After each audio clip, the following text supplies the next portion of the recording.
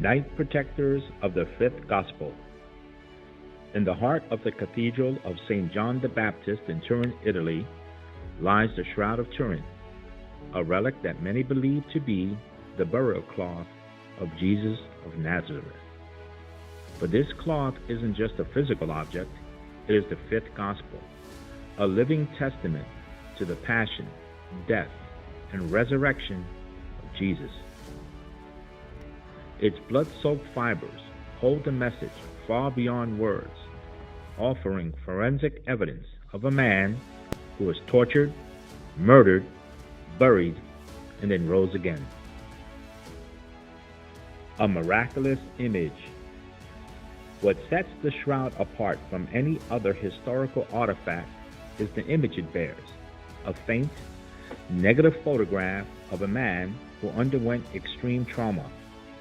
Scientists have studied this image with advanced technology, and the results defy explanation. The image was created by a burst of light, photons that struck the cloth at a uniform depth without burning it.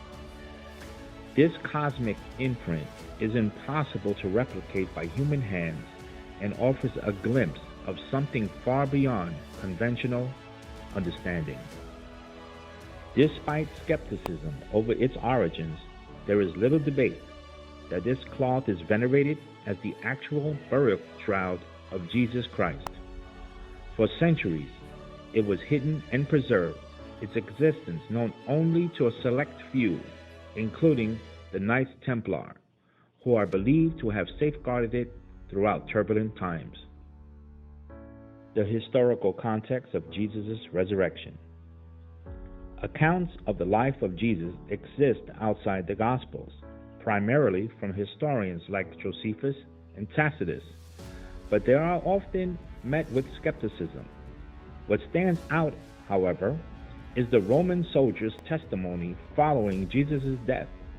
They were tasked with guarding the tomb, yet when the women arrived to anoint his body, they found the tomb empty, with no one standing guard. The soldiers reported seeing the very man they had crucified walk out alive.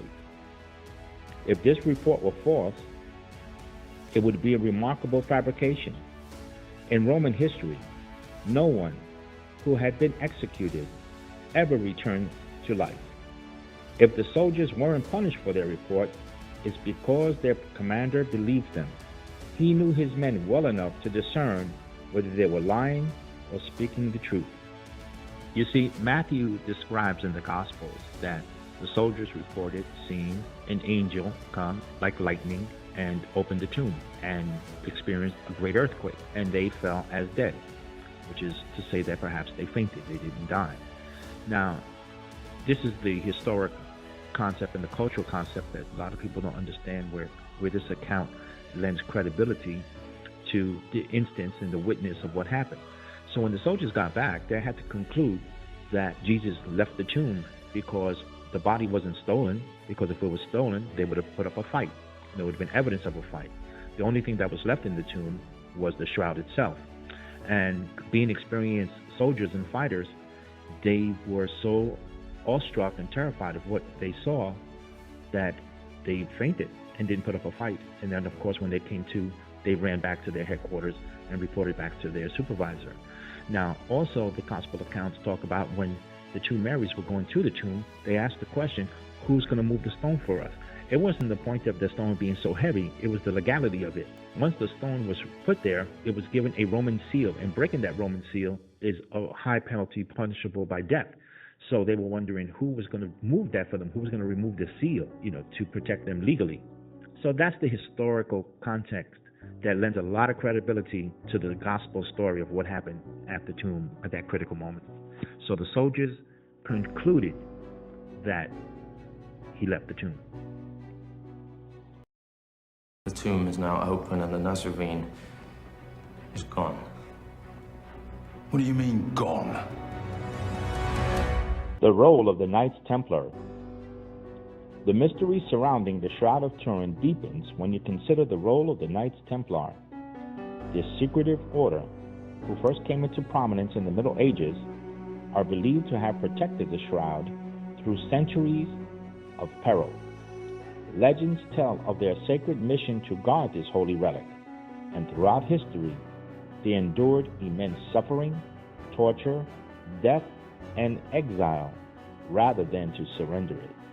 The shroud, folded to reveal only the face, was likely mistaken for a representation of Christ's head.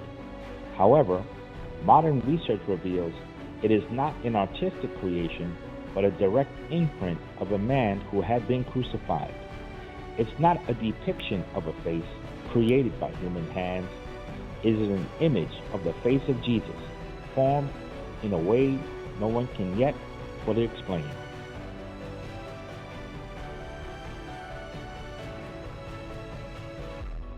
Forensic evidence, the blood of Christ. The shroud's true significance goes beyond historical or theological debates. It has been subjected to rigorous scientific scrutiny. Studies conducted by scientists using NASA-rated technology have confirmed that the blood on the cloth is human. The forensic pathologist's work supports the claim that the man in the shroud was crucified. The wounds on the cloth line up perfectly with the details given in the Gospels: nails in the hands and feet, a crown of thorns, and a spear wound to the side. One of the most striking aspects of the shroud is the image itself. It is a photographic negative. A forgery would have been nearly impossible, not only because of the impossibility of replicating the image with medieval technology, but also due to the unique nature of the cloth itself.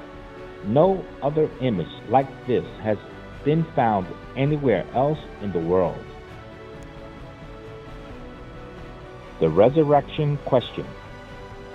Skeptics may argue that while the shroud provides evidence of a man who lived and died as described in the Gospel, it doesn't necessarily prove the resurrection.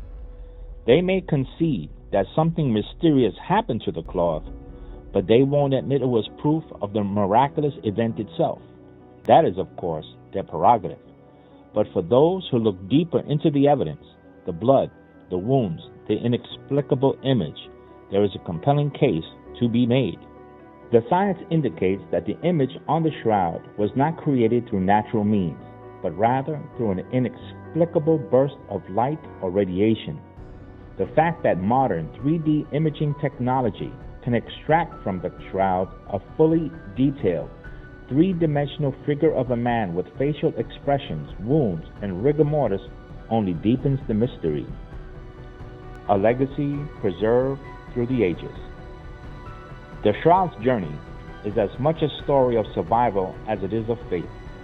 From Jerusalem to Constantinople, hidden by apostles, passed to the Knights Templar, and safeguarded through centuries of turmoil, it has been preserved against all odds.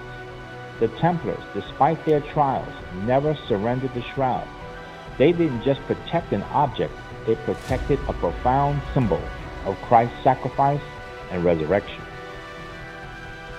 For modern-day Templars, the shroud is not just a relic, but a legacy, a responsibility to guard it and preserve its truth. Whether or not you believe it's the actual burial cloth of Jesus, its power lies in the mystery it represents. It calls us to reflect on what we believe and what we understand about life, death, and the possibility of resurrection. The fifth gospel. Ultimately, the shroud is the fifth gospel. It doesn't just tell a story, it shows it, written in the blood of Christ, sealed in an image that no human could have created. Whether or not you see it as evidence of the resurrection is up to you, but the shroud offers something undeniably profound, a link between faith and science, history and the divine.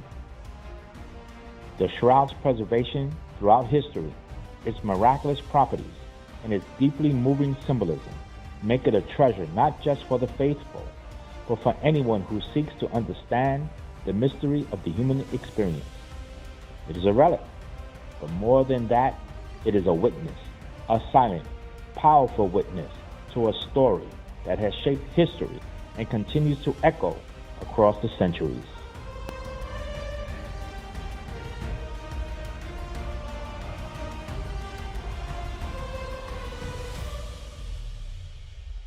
I am Chevalier Anthony Mele, Grand Officier, Sovereign Military Order of the Temple of Jerusalem, Knights Templars, U.S. Army veteran, international security consultant, and a registered importer-exporter of defense trade articles.